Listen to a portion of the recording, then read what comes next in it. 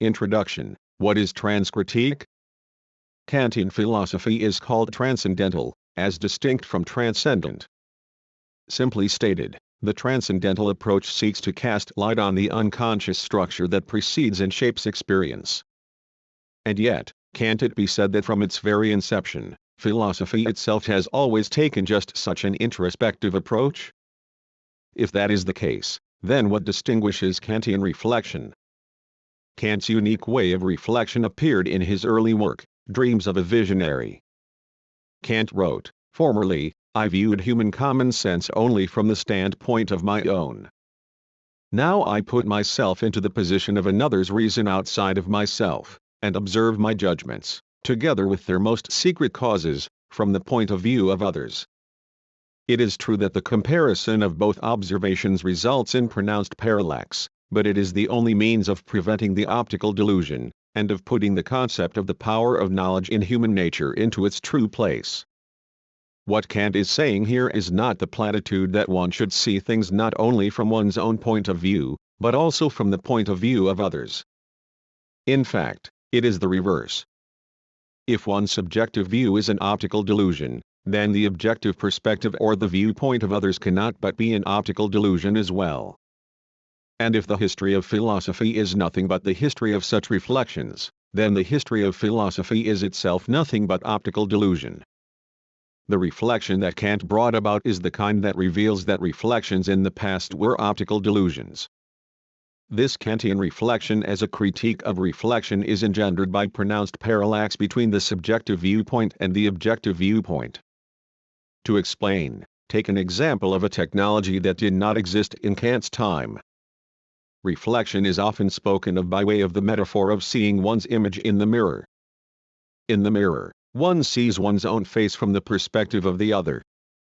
But in today's context, photography must also be taken into consideration.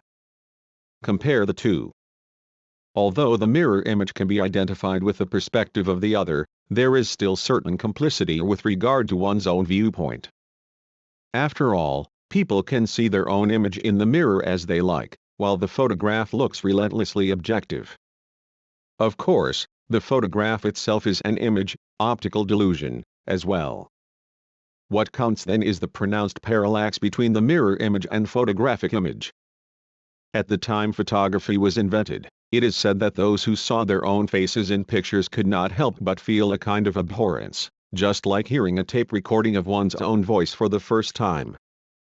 People gradually become accustomed to photographs. In other words, people eventually come to see the image in the photograph as themselves.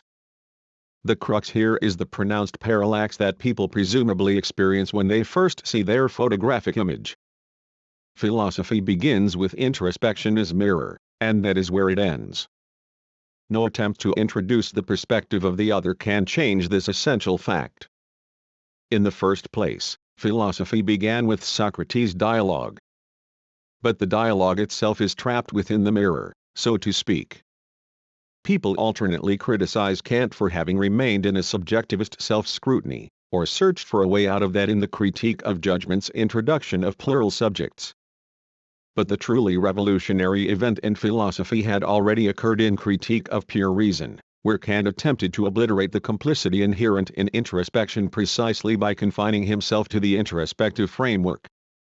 Here one can observe the attempt to introduce an objectivity, qua otherness, that is totally alien to the conventional space of introspection mirror.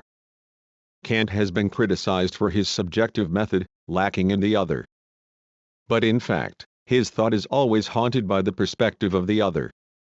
Critique of Pure Reason is not written in the self-critical manner of Dreams of a Visionary. And yet, the pronounced parallax has not disappeared. This emerged in the form of antinomy, which exposes the fact that both thesis and antithesis are nothing more than optical delusions. In Part 1, I reread Kant from this perspective. The same is true of Part 2.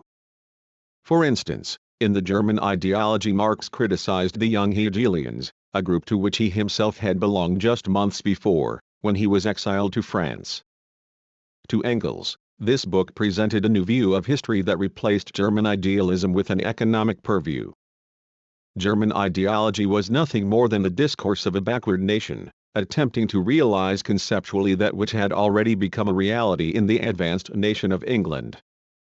But for Marx, it was by stepping outside of Germany's ideology for the first time that he was able to experience an awakening, accompanied by a certain shock. This was to see things neither from his own viewpoint, nor from the viewpoint of others, but to face the reality that is exposed through difference, parallax. When he moved to England, Marx devoted himself to the critique of classical economics, which was then dominant. In Germany, Marx had already carried out the critique of capitalism and classical economics. What was it that endowed Marx with a new critical perspective that came to fruition in Capital? It was an occurrence that, according to the discourse of classical economics, could only be an accident or mistake, the economic crisis, or more precisely, the pronounced parallax brought about by it.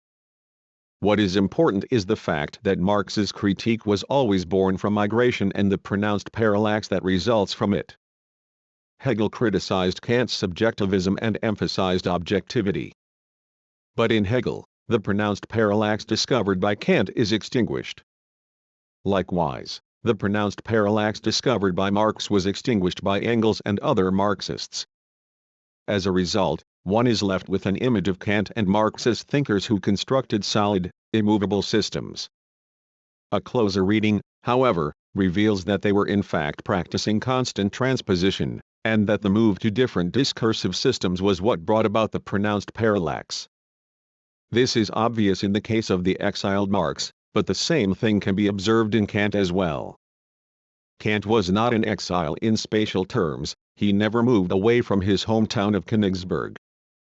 Rather, it was his stance that made him a kind of exile, a man independent from the state. Kant rejected a promotion to a post in Berlin, the center of state academia, instead insisting on cosmopolitanism. Kant is generally understood to have executed the transcendental critique from a place that lies between rationalism and empiricism. However, upon reading his strangely self-deprecating dreams of a visionary explained by dreams of metaphysics, one finds it impossible to say that he was simply thinking from a place between these two poles. Instead, it is the parallax between positions that acts. Kant, too, performed a critical oscillation. He continuously confronted the dominant rationalism with empiricism, and the dominant empiricism with rationalism. The Kantian critique exists within this movement itself. The transcendental critique is not some kind of stable third position. It cannot exist without a transversal and transpositional movement. It is for this reason that I have chosen to name the dynamic critiques of Kant and Marx, which are both transcendental and transversal, Transcritique. According to Louis Althusser, Marx made an epistemological break in the German ideology. But in my transcritical understanding, the break did not occur once, but many times, and this one in particular was not the most significant. It is generally thought that Marx's break in the German ideology was the establishment of historical materialism. But in fact that was pioneered by Engels, who wrote the main body of the book. One must therefore look at Marx as a latecomer to the idea. He came to it because of his obsession with a seemingly outmoded problem, to Engels, the critique of religion. Thus Marx says, for Germany the criticism of religion is in the main complete, and criticism of religion is the premise of all criticism. 1. He conducted a critique of state and capital as an extension of the critique of religion. In other words, he persistently continued the critique of religion under the names of state and capital. And this was not merely an application of the Feuerbachian theory of self-alienation that he later abandoned. The development of industrial capitalism made it possible to see previous history from the vantage point of production. So it is that Adam Smith could already pose a stance akin to historical materialism by the mid-18th century. But historical materialism does not have the potency to elucidate the capitalist economy that created it. Capitalism, I believe, is nothing like the economic infrastructure. It is a certain force that regulates humanity beyond its intentionality, a force that divides and recombines human beings. It is a religio-generic entity. This is what Marx sought to decode for the whole of his life. A commodity appears at first sight an extremely obvious, trivial thing. But its analysis brings out that it is a very strange thing, abounding in metaphysical subtleties and theological niceties. Here Marx is no longer questioning and problematizing metaphysics or theology in the narrow sense. Instead, he grasps the knotty problematic as an extremely obvious, trivial thing. Thinking this way about Marx, one realizes that an equivalent of historical materialism, or even what is known as Marxism for that matter, could have existed without Marx, while the text Capital could not have existed if not for him. The Marxian turn, the kind that is truly significant and that one cannot overlook, occurred in his middle career, in the shift from Grundrisse or a contribution to the critique of political economy to Capital. It was the introduction of the theory of value form. What provoked Marx's radical turn, which came after he finished writing Grundrisse, was his initiation to skepticism. It was Bailey's critique of Ricardo's labor theory of value.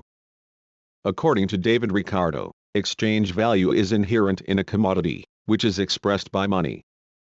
In other words, money is just an illusion, shine in Kant. Based upon this recognition, both Ricardian leftists and Proudhon insisted on abolishing currency and on replacing it with the labor money or the exchange bank. Criticizing them as he did, however, Marx was still relying on the labor theory of value, akin to Ricardo. On the other hand, Bailey criticized the Ricardian position by claiming that the value of a commodity exists only in its relationship with other commodities, and therefore the labor value that Ricardo insists is inherent in a commodity is an illusion. Samuel Bailey's skepticism is similar to Hume's criticism that there is nothing like a Cartesian ego cogito.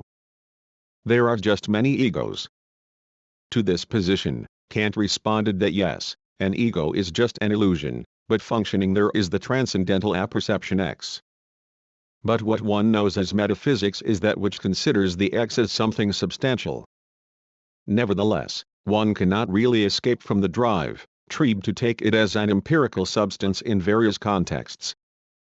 If so, it is possible to say that an ego is not just an illusion, but a transcendental illusion. Kant achieved this position later in his life. But first his dogmatic slumber had to be interrupted by Hume's skepticism. And in this precise manner, Marx must have been severely stricken by Bailey's skepticism. But, again, like Kant, Marx developed this thought into another dimension, which I would like to call the transcendental reflection on value. Classical economics held that each commodity internalizes a labor value. But, in reality, commodities can have values only after their relationship is synthesized by money, and each one of them is given its value. In reality, only prices exist as the indicators of the mutual relations between commodities. Thus Bailey stressed that the value of a commodity exists only thanks to its relationship with other commodities. But Bailey did not question what expresses price, money. In other words, he did not question what relates commodities to each other and composes the system, that is, money as the general equivalent. Money in this sense is totally irrelevant to money as substance like gold or silver. Rather, it is like a Kantian transcendental apperception X, as it were. The stance to see it in relation to its materiality is what Marx called fetishism. After all, money as substance is an illusion, but more correctly, it is a transcendental illusion in the sense that it is hardly possible to discard it. For mercantilists and bullionists, the predecessors of classical economics, money was an object to be revered. This was evidently the fetishism of money. Scorning this, classical economists posited the substance of value in labor in and of itself. But this so-called labor theory of value did not resolve the enigma of money. Rather, it reinforced and sustained it.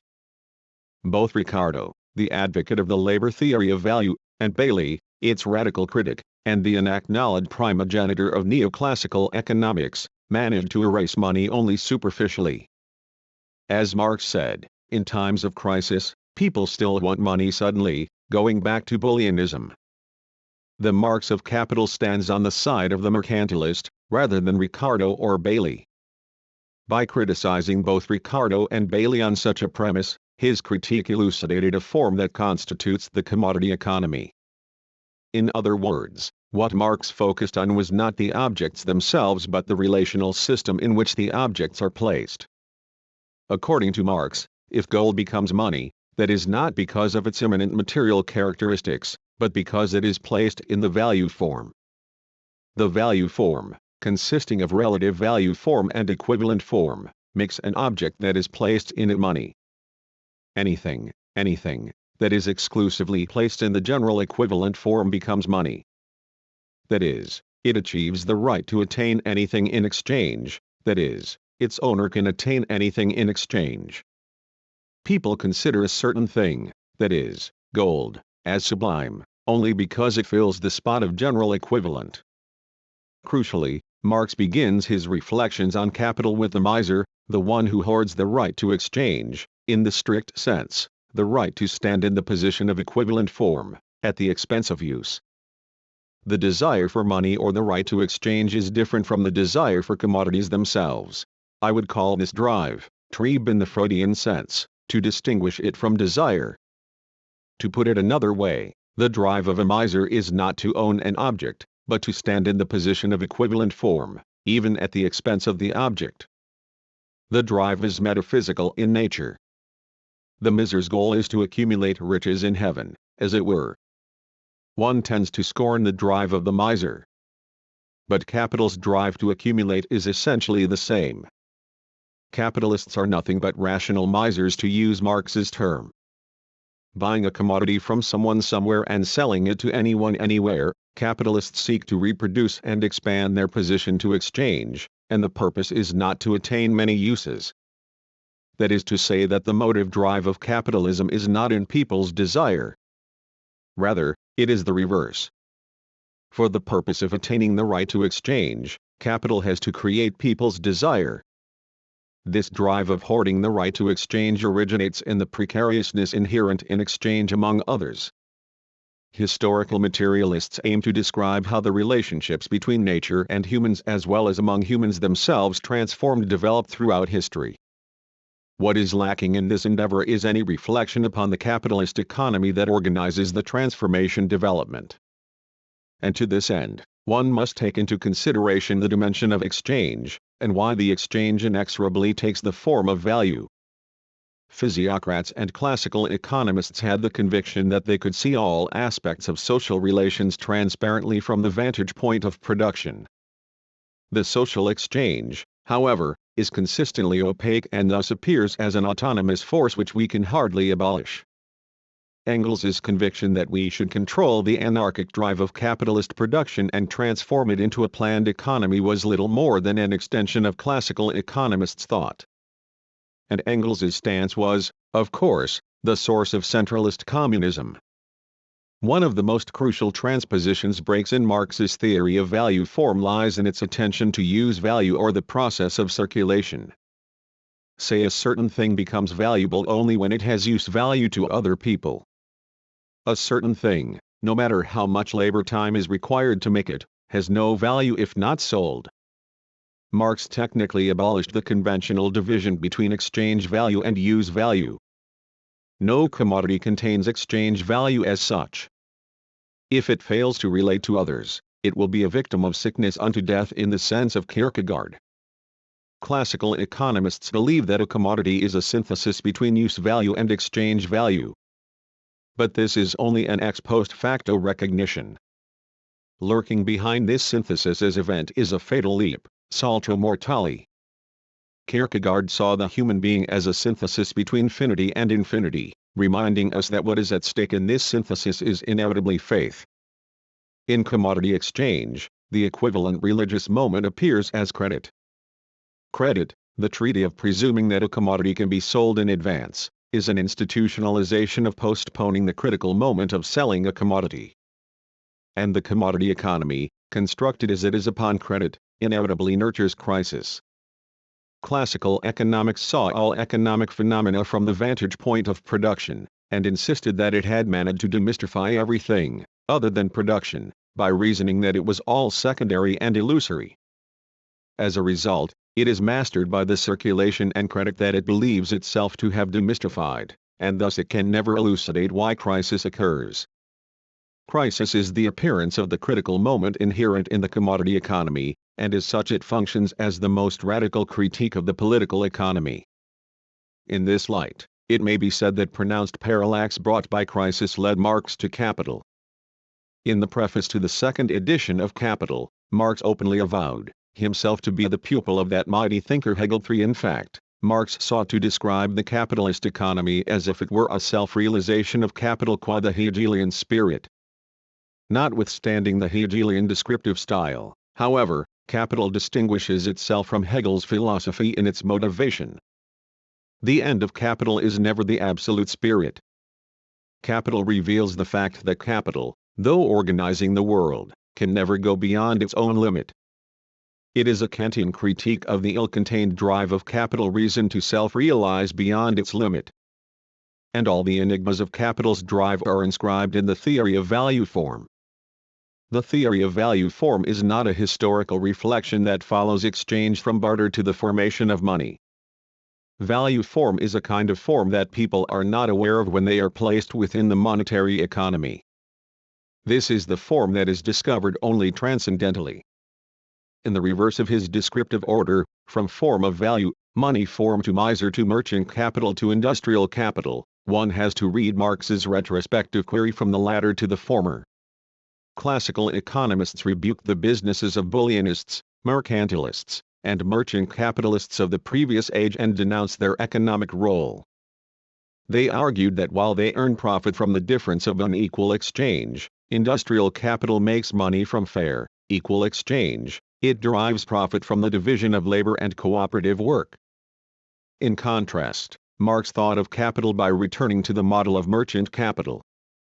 He saw capital in the general formula, money commodity money.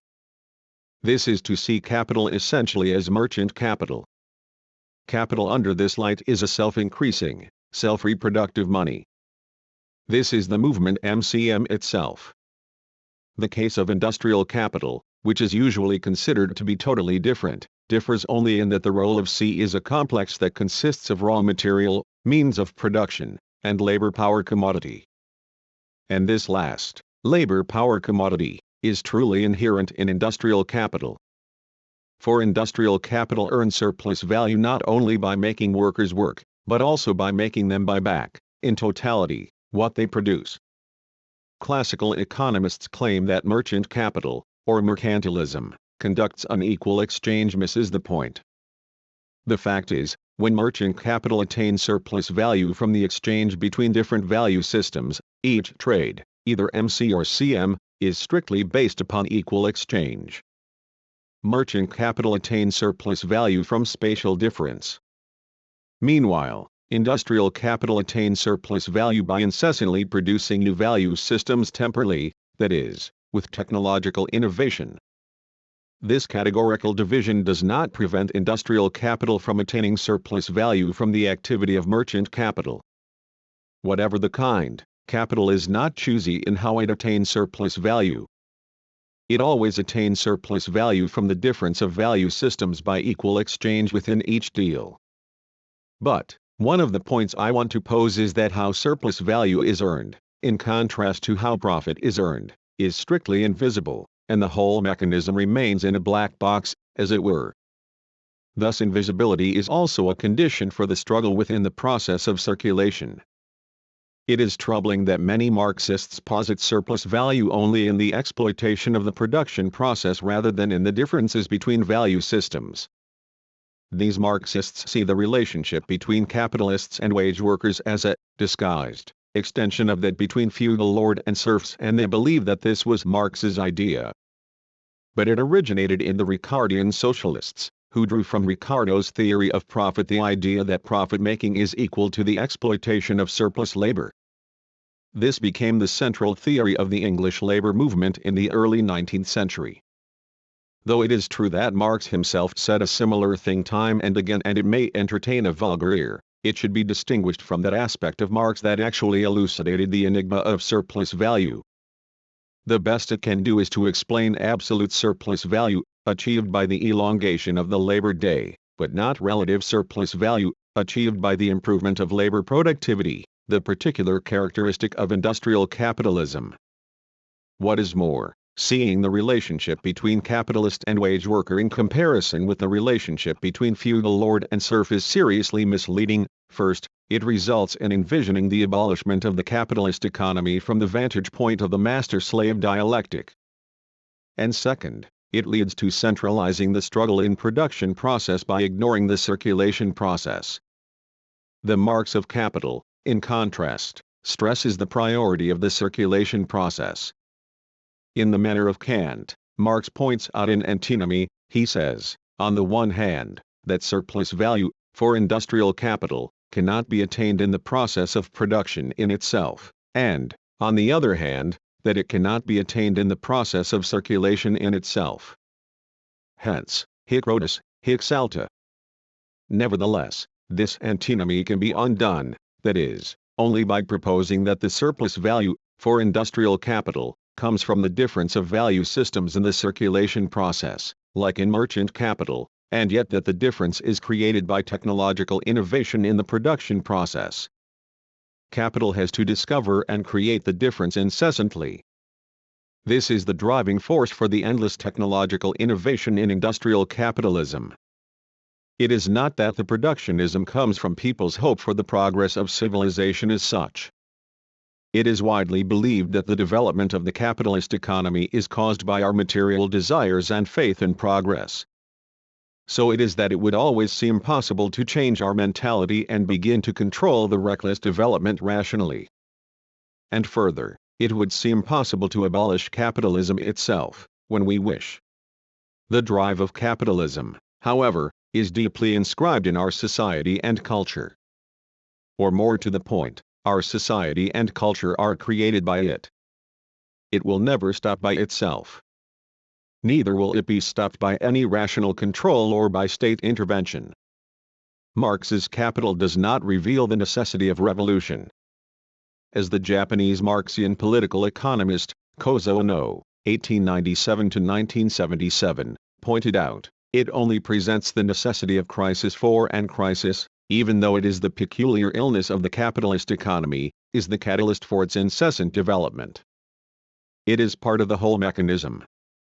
The capitalist economy cannot eradicate the plague, yet neither will it perish because of it. Environmentalists warn that the capitalist economy will cause unprecedented disasters in the future, yet it is not that these disasters will terminate the capitalist economy. Also, it is impossible that capitalism will collapse by the reverse dynamic, when, in the future, commodification is pushed to its limit, it is impossible that it would die a natural death. Finally, the only solution most of us can imagine today is state regulation of capital's reckless movement. But we should take notice of the fact that the state, like capital, is driven by its own certain autonomous power, which won't be dissolved by the globalization of capitalism. This autonomy should nevertheless be understood in distinction from the sense of historical materialism's doctrine that state and nation assume superstructure in relationship with economic base. They are relatively autonomous too, though determined by it. First of all, as I have suggested, the very notion that the capitalist economy is base or infrastructure is itself questionable. As I have tried to elucidate in the book, the world organized by money and credit is rather one of illusion, with a peculiarly religious nature. Saying this from the opposite view, even though state and nation are composed by communal illusion, precisely like capitalism, they inevitably exist thanks to their necessary grounds. Simply put, they are founded on exchanges that are different from the commodity exchange. So it is that no matter how many times one stresses their nature of being imagined communities, it is impossible to dissolve them. As young Marx pointed out vis-à-vis another bind, to abolish religion as the illusory happiness of the people is to demand the real happiness. The demand to give up illusions about the existing state of affairs is the demand to give up a state of affairs which needs illusions. The criticism of religion is therefore in embryo the criticism of the veil of tears, the halo of which is religion. 6. The same can be said of state and nation. After reflecting upon value form, the Marx of Capital seems to explicate the historical genesis of commodity exchange in the chapter Process of Exchange. There he stresses that it began in between communities, The exchange of commodities begins where communities have their boundaries, at their points of contact with other communities, or with members of the latter. However, as soon as products have become commodities in the external relations of a community, they also, by reaction, become commodities in the internal life of the community. 7. Despite its appearance, this depiction is not strictly of a historical situation, but the form of exchange that is discovered and stipulated only by a transcendental retrospection. Furthermore, Marx's statement, which I quoted earlier, is in fact based upon the premise that there are other forms of exchange. Commodity exchange is a peculiar form of exchange among other exchanges. First, there is exchange within a community, a reciprocity of gift and return. Though based upon mutual aid, it also imposes the community's code. If one does not return, one will be ostracized, and exclusivity. Second, the original exchange between communities is plunder. And rather it is this plunder that is the basis for other exchanges. For instance, commodity exchange begins only at the point where mutual plunder is given up. In this sense, plunder is deemed a type of exchange. For instance, in order to plunder continuously, it is necessary to protect the plundered from other plunderers, and even nurture economico-industrial growth. This is the prototype of the state. In order to keep on robbing, and robbing more and more, the state guarantees the protection of land and the reproduction of labor power by redistribution. It also promotes agricultural production by public undertakings such as regulating water distribution through public water works. It follows that the state does not appear to be abetting a system of robbery. Farmers think of paying tax as a return, duty, for the protection of the lord. Merchants pay tax as a return for the protection of their exchange and commerce. Finally, the state is represented as a supraclass entity of reason. Plunder and redistribution are thus forms of exchange. Inasmuch as human social relations entail the potential of violence, these forms are inevitably present. And the third form is what Marx calls the commodity exchange between communities. As I analyze in detail in the book, this exchange engenders surplus value or capital, though with mutual consent. And it is definitively different from the exchange of plunder redistribution. Furthermore, and this is the final question of this book, a fourth kind of exchange exists, association. This is a form of mutual aid, yet neither exclusive nor coercive like community. Associationism can be considered as an ethico-economic form of human relation that can appear only after a society once passes through the capitalist market economy. It is thought that Proudhon was the first to have theorized it. According to my reading, however, Kant's ethics already contained it. In his famous book, Imagined Communities, Benedict Anderson said that the nation-state is a marriage between nation and state that were originally different in kind. This was certainly an important suggestion. Yet it should not be forgotten that there was another marriage between two entities that were totally heterogeneous, the marriage between state and capital. In the feudal ages, state, capital, and nation were clearly separated. They existed distinctively as feudal states, lords, kings, and emperors, cities, and agrarian communities, all based upon different principles of exchange. States were based upon the principle of plunder and redistribution. The agrarian communities that were mutually disconnected and isolated were dominated by states. But, within themselves, they were autonomous, based upon the principle of mutual aid and reciprocal exchange. Between these communities, markets or cities grew. These were based upon monetary exchange relying on mutual consent. What crumbled the feudal system was the total osmosis of the capitalist market economy. But the economic process was realized only in the political form of the absolutist monarchy. The absolutist monarchical states conspired with the merchant class, monopolized the means of violence by toppling feudal lords, aristocracy, and finally abolished feudal domination, extra-economic domination, entirely. This was the very story of the wedding between state and capital. Protected by the absolutist state, merchant capital, bourgeoisie, grew up and nurtured the identity of the nation for the sake of creating a unified market. Yet this was not all in terms of the formation of the nation. The agrarian communities, that were decomposed along with the permeation of the market economy and by the urbanized culture of enlightenment, had always existed on the foundation of the nation. While individual agrarian communities that had been autarkic and autonomous were decomposed by the osmosis of money, their communalities, mutual aid and reciprocity, themselves were recovered imaginarily within the nation. In contradistinction from what Hegel called the state of understanding, lacking spirit, or the Hobbesian state, the nation is grounded upon the empathy of mutual aid descending from agrarian communities. And this emotion consists of a feeling of indebtedness toward the gift, indicating that it comes out of the relation of exchange. It was amid the bourgeois revolution that these three were legally married.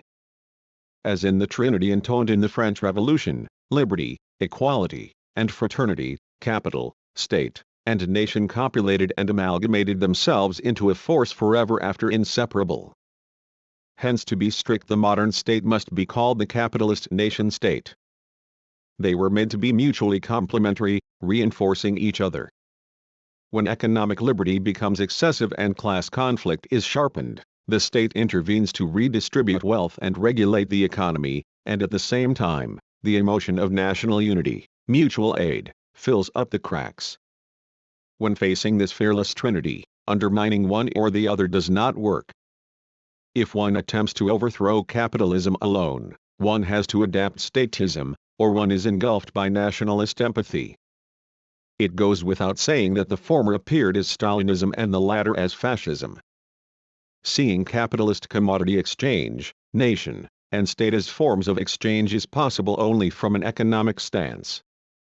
If the concept of economic infrastructure has significance, it is only in this sense. In the modern period, among the three principles of exchange, it was the commodity exchange that expanded and overpowered the others. Inasmuch as it operated within the Trinity, however, it is impossible that the capitalist commodity exchange could monopolize the whole of human relationality. With respect to the reproduction of humans and nature, capital has no choice but to rely on the family and agrarian community. In this sense, capital is essentially dependent upon the pre-capitalist mode of production. Herein exists the ground of the nation. On the other hand, while absolutist monarchs disappeared by bourgeois revolutions, the state itself has remained. The state can never be dissolved and subsumed into the representatives of national sovereignty, that is, government. For the state, no matter what kind, always exists as the better sovereign vis-a-vis other states, if not always to its nation. In crises, wars, a powerful leader, the subject of determination, is always called for, as evidenced in Bonapartism and fascism.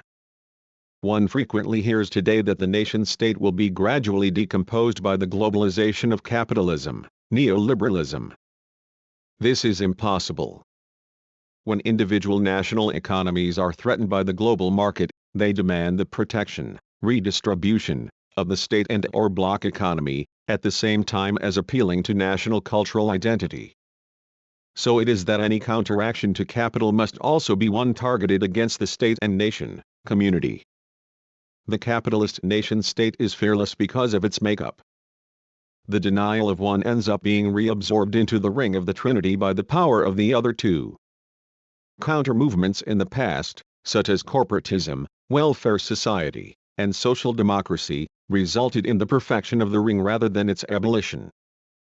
Marx thought that the socialist revolution would be possible only in the most advanced country, England, because socialism was supposed to be possible only in the stage where bourgeois society was fully ripe enough to decompose. Nonetheless, in reality it could not have seemed less likely to him that it would occur. In the particular situation where universal suffrage was installed and labor unions strengthened, revolution seemed like it had receded even farther into the distance. What really receded, however, was the revolution that was imagined from the vantage point of and is an extension of bourgeois revolution. The fact was that from that juncture on, a different kind of revolution came to be called for. One should not forget that it was under such circumstances that Marx came to grips with the task of writing Capital. His recognition that a criticism of capitalism would no longer suffice made him write such a monumental piece. After Marx's death, As the Social Democratic Party in Germany made remarkable advances, Engels came to abandon the classical concept of violent revolution and believe in the possibility of revolution via parliamentary means. This was the path to social democracy, in which the state manages the capitalist economy and redistributes the wealth to the working class. Next, Engels's disciple Bernstein eliminated the last dregs of the revolution fantasy that were still present in Engels. Meanwhile, Marxism was established along the line of Leninism, which rejects such visions of social democracy. However, at the end of the 20th century, the left has ultimately returned to Bernstein's way of thinking. Clearly, this is to completely lose sight of the critical need to supersede, often, the capitalist nation-state. In World War I, Social Democrats not only failed to prevent the war, but also got involved in the frenzy of nationalism. And it is quite possible that they will repeat the same faux pas in the future. Yet, as all of us know well by now, Leninism cannot replace it. Is there an alternative? I would posit that it can be found in Capital, the book Marx wrote as he deliberately remained in England where the possibility of classical revolution was fading away. As I have explained, the trinity of capital, nation, and state is rooted in the necessary forms that human exchange could assume, and therefore, it is nearly impossible to get out of the ring.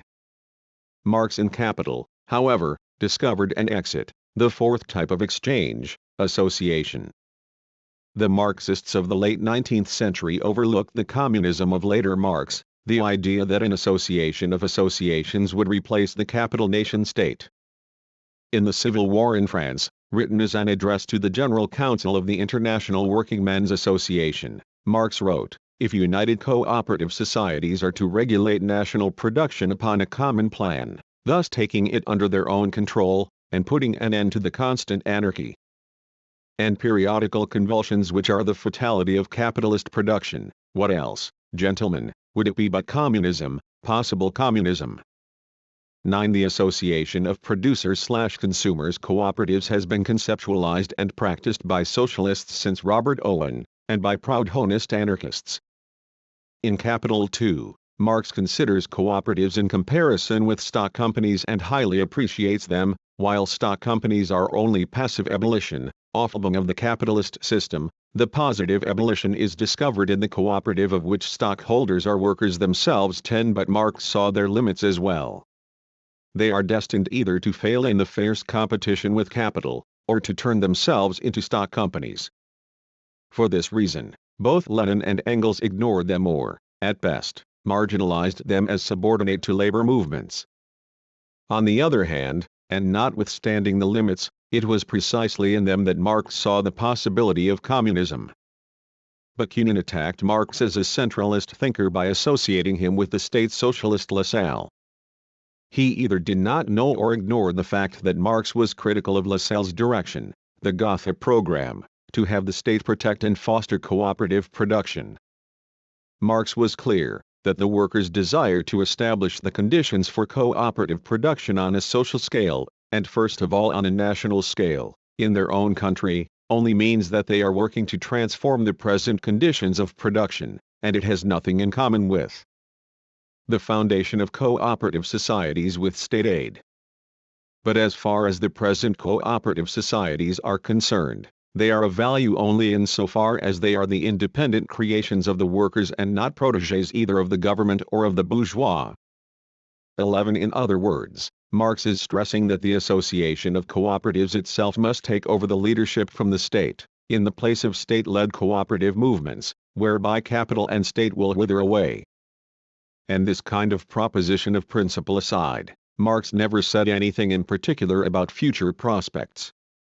All in all, communism for Marx was nothing but associationism, but inasmuch as it was so, he had to forge it by critiquing. Marx's thinking fell between that of Lassalle and Bakunin. This oscillation allowed later generations to draw either stance from Marx's thought.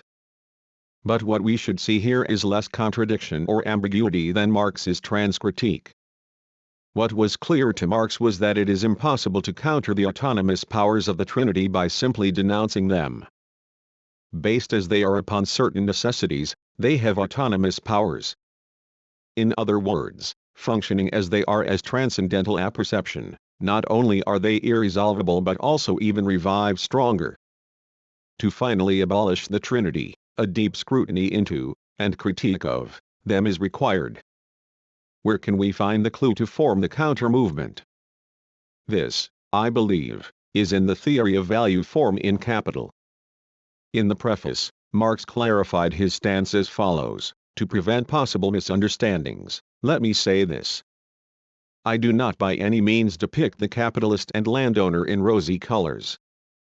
But individuals are dealt with here only in so far as they are the personifications of economic categories, the bearers, träger of particular class relations and interests.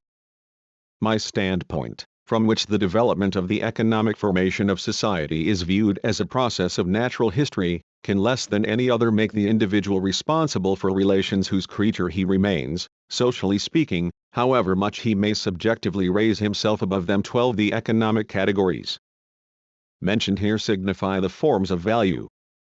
Who are capitalists and proletariats is determined by where the individuals are placed, in either relative form of value or equivalent form. This is totally irrespective of what they think. This structuralist view is a necessity.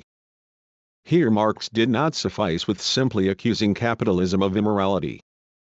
This is the essence of Marxian ethics. In capital, there is no subjectivity. Even capitalists, especially those in stock companies, are agents of capital's movement, but not subjects. The same is true of workers. So it is that people either read in capital the natural historical law of history whereby a capitalist society gradually yet apodictically turns into a communist society, or sought motives of revolutionary acts in pre-capital texts. As is evident, however, neither method worked. Concerning the former, it is totally impossible to assume that capitalism will end autotelically. In principle there cannot be a telos as such in natural history. Concerning the latter, what was discovered in those texts was, more or less, subsumed into a narrative of the Hegelian dialectic of master and slave, that is, proletariat qua slave will finally rebel against bourgeoisie qua master at the extremity of alienation and impoverishment. In this narrative, a workers' rebellion is supposed to take place in the production process as a general strike, and this would lead to their seizure of state power. I cannot believe that Marx's position at the time of writing Capital was such. If Capital has been rather shunned by Marxists themselves, it is more because of the difficulty in finding a prospect of revolution therein. And the new revolution would have to be different from those which could happen in various places of the world outside England and North America. Then, how is a revolution possible in the world where there seems to be no moment for subjective intervention to appear?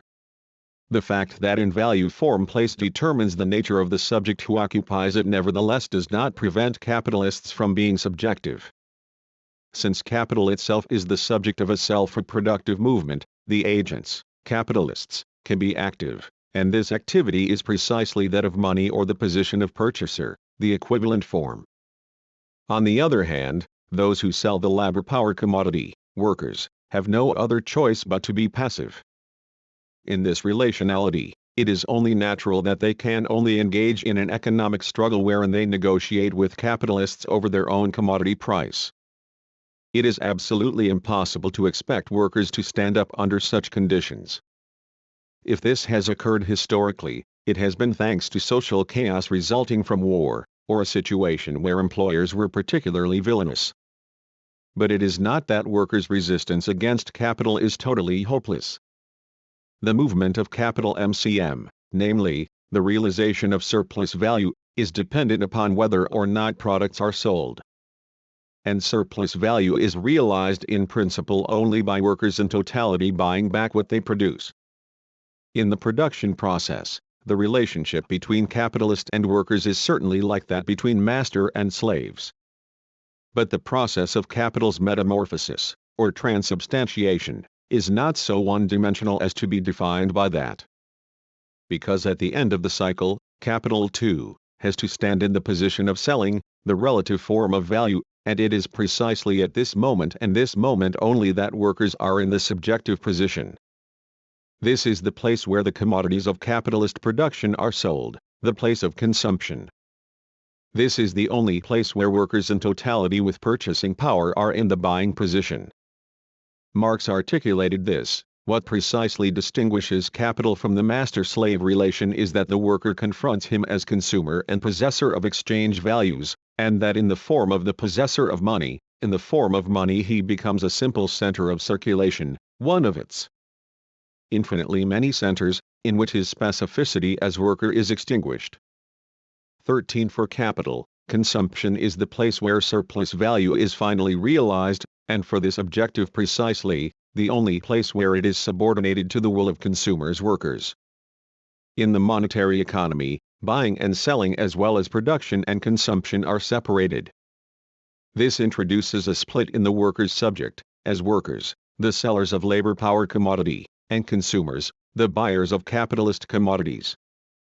In consequence, it comes to appear as if corporations and consumers were the only subjects of economic activities. It also segregates the labor and consumers' movements. In recent history, while labor movements have been stagnant, consumers' movements have flourished, often incorporating issues of environmental protection, feminism, and minorities. Generally, they take the form of civil acts, and are not connected to, or are sometimes even antagonistic to, the labor movement. After all, though, consumers' movements are laborers' movements in transposition, and are important only inasmuch as they are so.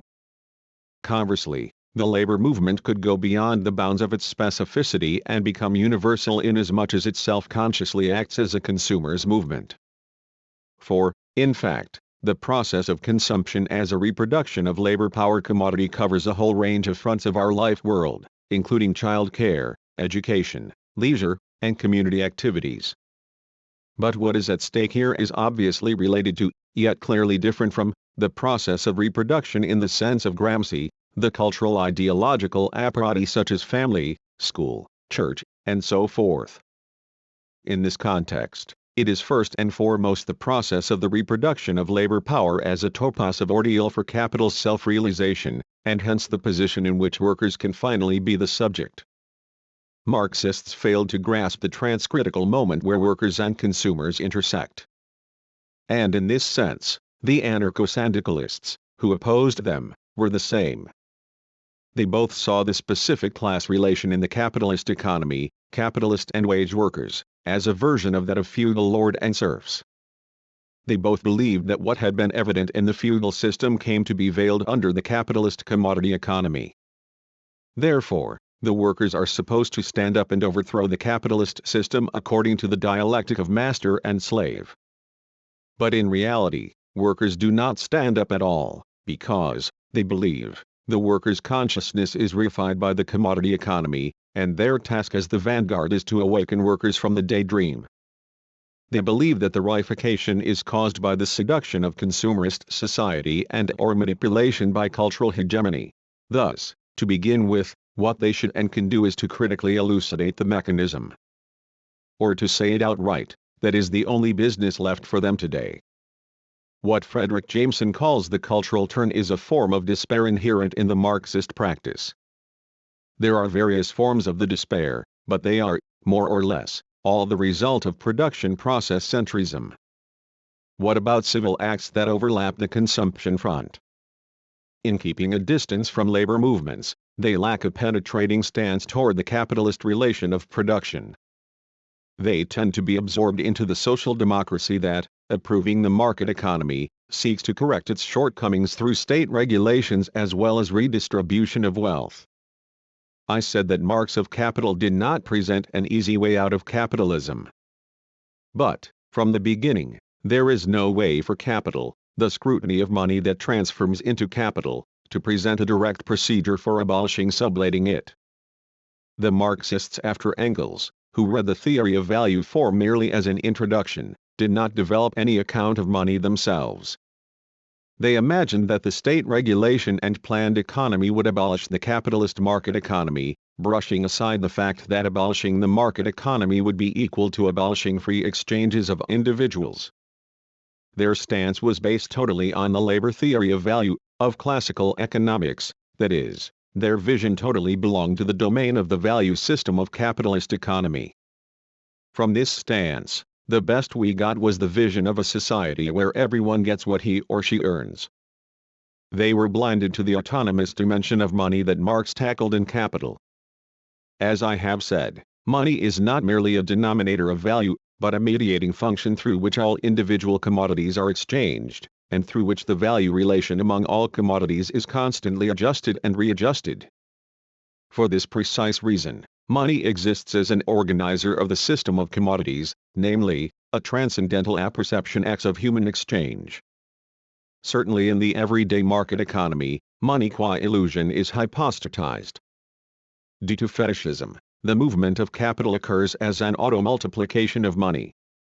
Bourgeois economists stress the superiority of the market economy by veiling the aspect of capital's movement. Yet one cannot abandon the market economy in general. It would result in a total loss. And again, there is no prospect of abolishing capital and state in social democracy that acknowledges but controls the capitalist market economy. The ultimate conclusion of capital is the antinomy: money should exist. Money should not exist. To supersede, often, money equals the creation of a money that would fulfill the conflicting conditions. Marx said nothing about this possible money. All he did was critique Proudhon's ideas of labor money and exchange bank. Proudhon, too, was based upon the labor theory of value. He sought to make a currency that purely valorizes labor time. Here there was a blind spot: labor value is conditioned by the social exchanges via money. It is formed as value only after the fact of the exchange. That is to say, the social labor time qua substance of value is formed via money, which thus cannot replace money. Labor money would tacitly rely on the existing monetary economy. Even if it tried to challenge the existing system, it would just be exchanged with the existing money for the difference in price with the market value. What it could do at best would be to neutralize money. Having this antinomy in mind, the most exciting example to me is Lett's local exchange trading system, devised and practiced by Michael Linton since 1982. It is a multifaceted system of settlement where participants have their own accounts, register the wealth and service that they can offer in the inventory, conduct exchanges really, and then the results are recorded in their accounts. In contrast to the currency of the state central bank, the currency of Letts is issued each time by those who receive the wealth or service from other participants. And it is so organized that the sum total of the gains and losses of everyone is zero. In this simple system exists a clue to solving the antinomy of money. When compared to the exchange of mutual aid in traditional communities and that of the capitalist commodity economy, the nature of Letts becomes clear. It is, on the one hand, similar to the system of mutual aid in the aspect that it does not impose high prices with high interest, but, on the other hand, closer to the market in that the exchange can occur between those who are mutually far apart and strangers. In contrast to the capitalist market economy, in Letts, money does not transform into capital, not simply because there is no interest, but because it is based upon the zero-sum principle. It is organized so that, although exchanges occur actively, money does not exist as a result. Therefore, the antinomy, money should exist and money should not exist, is solved. Speaking in the context of Marx's theory of value form, the currency of Letts is a general equivalent, which however just connects all the wealth and services and does not become an autonomous entity. The fetish of money does not occur. In Letts, there is no need to accumulate money as the potency of exchanges, nor is there worry about an increase of losses. The system of value relation among wealth and services is generated via the currencies of Letts, but the wealth and services are not unconditionally commensurable, as in state currencies. Finally, among them, labor value as the common essence would not be established ex post facto. Letts is neither simply economic nor simply ethical. It creates an economico-ethical association. While the mutual aid in traditional communities compels fidelity to them, and the market economies compel the belonging to the communities of currencies, states, the social contract in Letts is like Proudhon's association. individuals can quit a particular let's and belong to another let's anytime. Unlike the currency of a state, the currency of let's is really currencies, it is a multiplicity. More important, in contrast to other local currencies, let's offers each participant the right to issue his or her own currency, simply by the act of recording in an account. To say that one aspect of the sovereignty of the state exists in the right to issue currency means that let's actually offers sovereignty to the multitudes, going far beyond the specious motto sovereignty resides in the people. Therefore, the potency of let's is not just to protect and stimulate the local economy. It engenders an association that entails principles of exchange other than those of the Trinity. The last crucial aspect of let's is that it is formed in the circulation process, where consumers hold the initiative.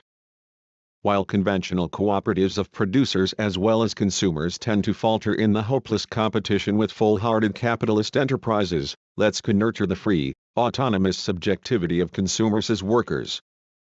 Only when let's and the financial system based upon it expand, it should be said, can the non-capitalist producers and consumers cooperatives autonomously exist.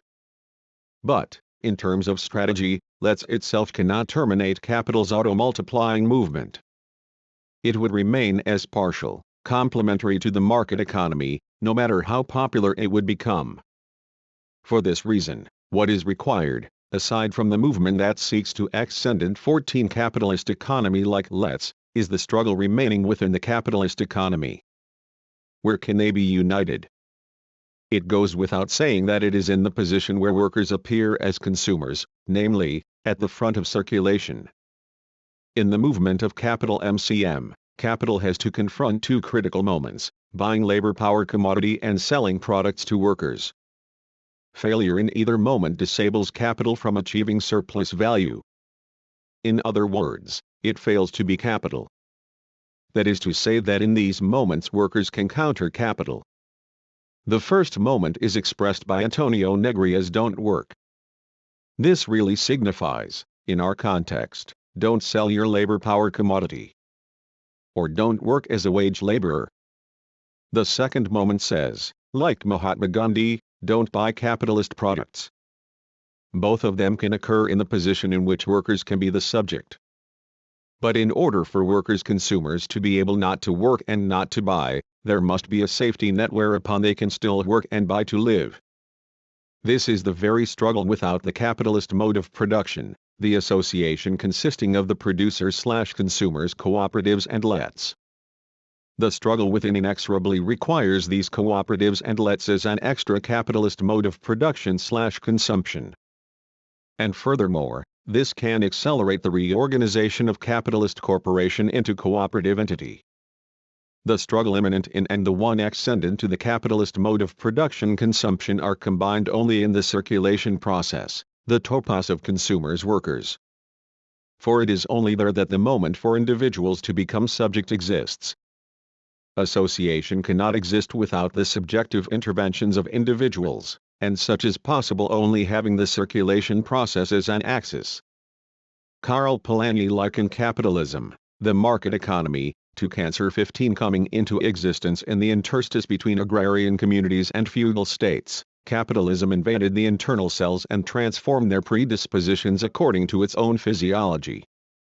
If so, the transnational network of workers qua consumers and consumers qua workers is a culture of anti-cancer cells, as it were.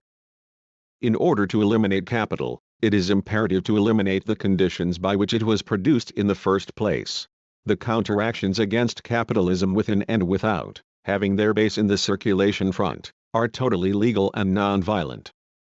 None of the three can interrupt them. According to my reading, Marx's Capital offers a logical ground for the creation of this culture movement. That is, the asymmetric relationship inherent in the value form, between commodity and money, produces capital, and it is also here where the transpositional moments that terminate capital can be grasped. And it is the task of transcriticism to make full use of these moments. This page intentionally left blank I. Kant. This page intentionally left blank 1. The Kantian turn 1.1. The Copernican turn. When Kant called his new project in Critique of Pure Reason the Copernican turn, he was alluding to his own inversion of the subject-object hierarchy, while pre-Kantian metaphysics had maintained that the subject copies the external object. Kant proposed that objects are constituted by the form that the subject projects into the external world. In this sense, the Kantian turn is obviously a shift toward subject-centrism, or anthropocentrism, while the turn known by the name of Copernicus tends toward the opposite, the shift from geocentrism to heliocentrism, a negation of the stance that is earth-centered, identifiable as ego-centered.